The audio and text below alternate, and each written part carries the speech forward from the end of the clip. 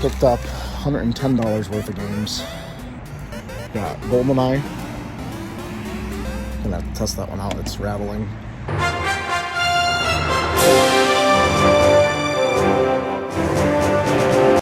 What's up, Internet? Welcome back to the Collecting Quest. This week, we're going to focus on doing a little bit more action, a little bit more game hunting, and a little bit less math. Let's see how it goes. Alright, so leaving one of my favorite stores, the Game Exchange. Picked up $110 worth of games. Got GoldenEye. Gonna have to test that one out. It's rattling. Super Mario 64. Kind of a clean label. Complete in box GoldenEye. Well, we'll have to see. They have a seal on it. Box is a little rough. Player's Choice version, million seller, and Aladdin complete on the Sega Genesis. So let's take a better look at that when we get home. So by a twist of fate, both of the GoldenEye cartridges are the regular edition, not Player's Choice, so they don't match the box. So I'll be selling this separately. However, these three cartridges already turned into $125 profit, or $125, I guess. So we're in the profit already. This is a better way to say that. All right, I think I mentioned this in an earlier episode, but I ordered this from Strictly Limited Games. Jim Power and the Lost Dimension 3D, I guess, was one of my Super Nintendo games as a kid. You know how you only have a certain amount? Like, you end up renting a bunch, but Jim Powers was one of the ones that I guess went on clearance at KB Toy Works, and that's what my mom bought me. So have nostalgia for this game. Is it a good game? Probably not. But really cool release from Strictly Limited. And we got a pretty low number. Number 14 out of 2,000. Very happy to have this. Some slight rearranging to get stuff framed up the way I would like. Oh man, this box. Too bad it's not in better shape and not Player's Choice, because GoldenEye 007 is one I would like to have for my complete in box N64 collection.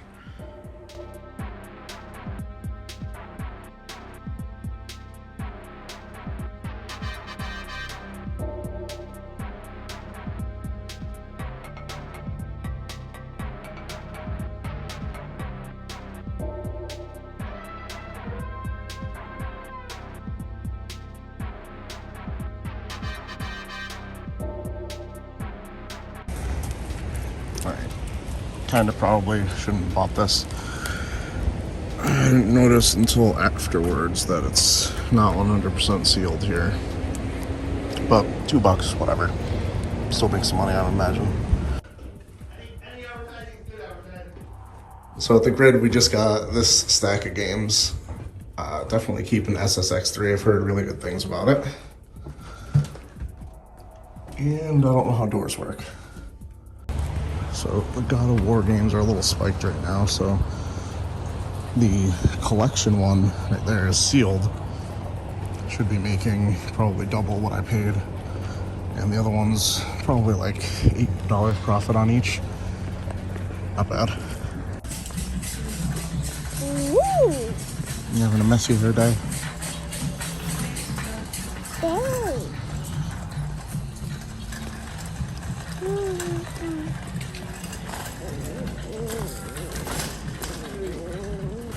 And today we escaped with only having to put one back. It was the GameCube game, but it was in there. So they probably legitimately don't have it. But this is what we were able to pick up. Some of it was half off. That's the only reason I picked it up. Should be able to make a few dollars on it. Oh, and also this Giratina figure, unfortunately, is missing its wings. Otherwise, it'd be pretty expensive. But I picked it up anyway. This goes for like $20. Alright, we decided to pick up Lock's Quest for $10 for the collection. Something that we don't do very often, but This is a game I had in the past and always wanted to try out. Got rid of it for whatever reason. Never tried it. And it's about half price of what it goes for on eBay, so not bad.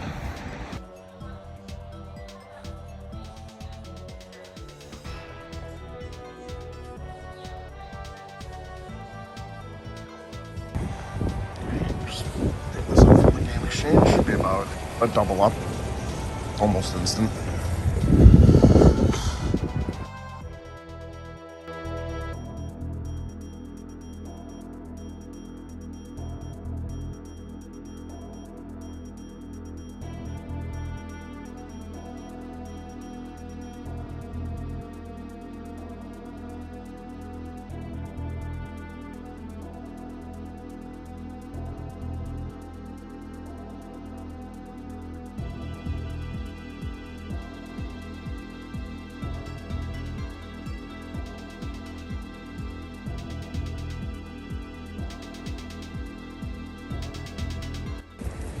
GameStop's back with their 20, what is it? Nope, I don't even know what the deal is.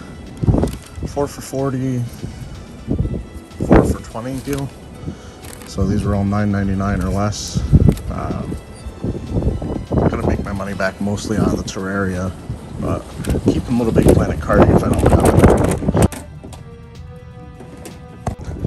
it. Alright, so decided to pick this up on its own. Used my $5 January coupon. Honestly, I thought it was more expensive than it was, like on eBay. It's usually like a $20-something game, so it's not that crazy of a deal, but it is a game I did want to pick up for the collection, so happy to find it. Alright, some games to sell. Yeah, of course I left not enough room. Glad to see that we're actually running into spacing issues on these top shelves already. Got Little Big Planet carding and Pokemon Rumble World for the collection.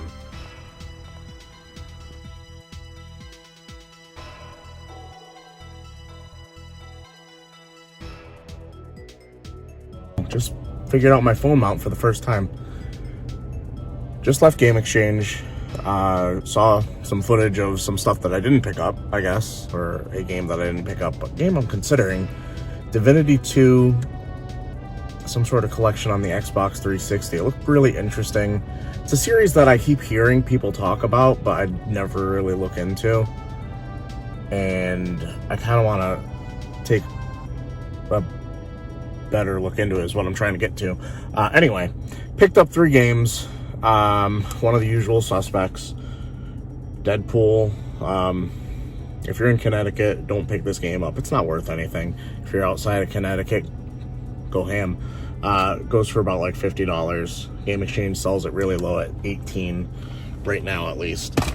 I assume after I've picked it up a couple more times, the price is probably going to go up, because that's what used to happen when I'd buy these games for Amazon. NHL 2K10. Kind of heard this was worth it. This was $10. We're gonna see. This had been sitting on their shelf for a while. It's in really nice shape.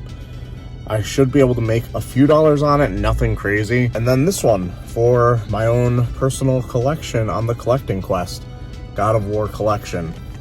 Played the handheld, one of the handheld God of War games, Chains of Olympus, and I absolutely loved watching playthroughs on God of War and God of War Ragnarok. So I think now is the time, especially not the time to pick them up. I'm trying to pick them up before they spike. They're already spiked. It's too late. But fortunately, Game Exchange hasn't updated their prices. As we saw earlier in this episode, I was able to pick up a few God of War games from the grid. So now's the time to get these. Well, the past is the time to get these, but do what you can, I guess.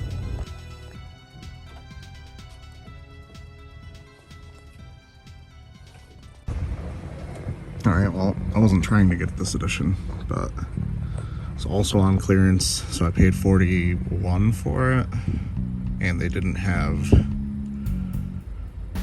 the whatever other edition that was. I forgot what it's called. Imposter edition. Alright, time to add some games over here to the sell shelf. Kind of wonder, with how often I find Deadpool, how many instances of Deadpool we can get up to on the shelf at a time. And these are the Switch games that ended up selling from that GameStop deal. Or listing, I guess. I haven't sold them yet. God of War to the collection. God of War collection to the collection. To sit amongst my other collections. Ratchet and Clank and Sly Cooper. And then a pair of Switch games. Something I thought I'd be adding a lot more of to the collection, but so far, just these 4. Among Us. Now, that seems like something that's probably out of left field for you guys, but I'm actually a big fan of the game. Now, have I played the game? No. But in the pandemic, it's one of the games that I really watched streamers and Twitch streamers. I don't even know what I'm saying. YouTubers and Twitch streamers play often, and I still watch it to this day. And then Tin and Kuna. I have honestly never heard of this, but I watched some gameplay on it, and it looks very interesting. It looks like it's some sort of puzzle platformer where you're controlling one of these characters that basically acts as like a pinball that you're rolling through the stage. Kind of like Marble Madness. I don't know. I figured I'll try it out. I should also say that I'm very happy I got the Ejected Edition, because it's kind of, it's weird because it's not like a normal big box collector's edition, in that there's like one big piece that is high quality and like a statue or something. This comes with a plush, a hat, a lanyard, and this throw rug. This throw blanket that I've decided to hang up on the wall there. Kind of help be a better backdrop for just my office in general. And honestly, most of that stuff from that collector's edition is of the quality, I would say, of like a loot crate. One of those boxes you see at Target in the video game aisle. Like, here's the Mario Kart crate, mystery box, whatever. And I gotta say, I'm a sucker for those things. I buy those things often, usually for like one item. So paying $40 for the Among Us game with the Steelbook back there, and something that's going to be a fixture in my office for probably a very long time, very worth it. So that is going to do it for this episode of the Collecting Quest. Let me know what your favorite find of the week is. Like the video, go check out my podcast, Cartoon Commentary, available on any podcatcher you could imagine. Almost. There are like 4 of them, 5 of them, whatever there is. The most relevant ones it's on. If you're listening on something that's not relevant, it probably won't be there. But that's on you. I don't know what I'm even talking about. Hope you guys have a good day.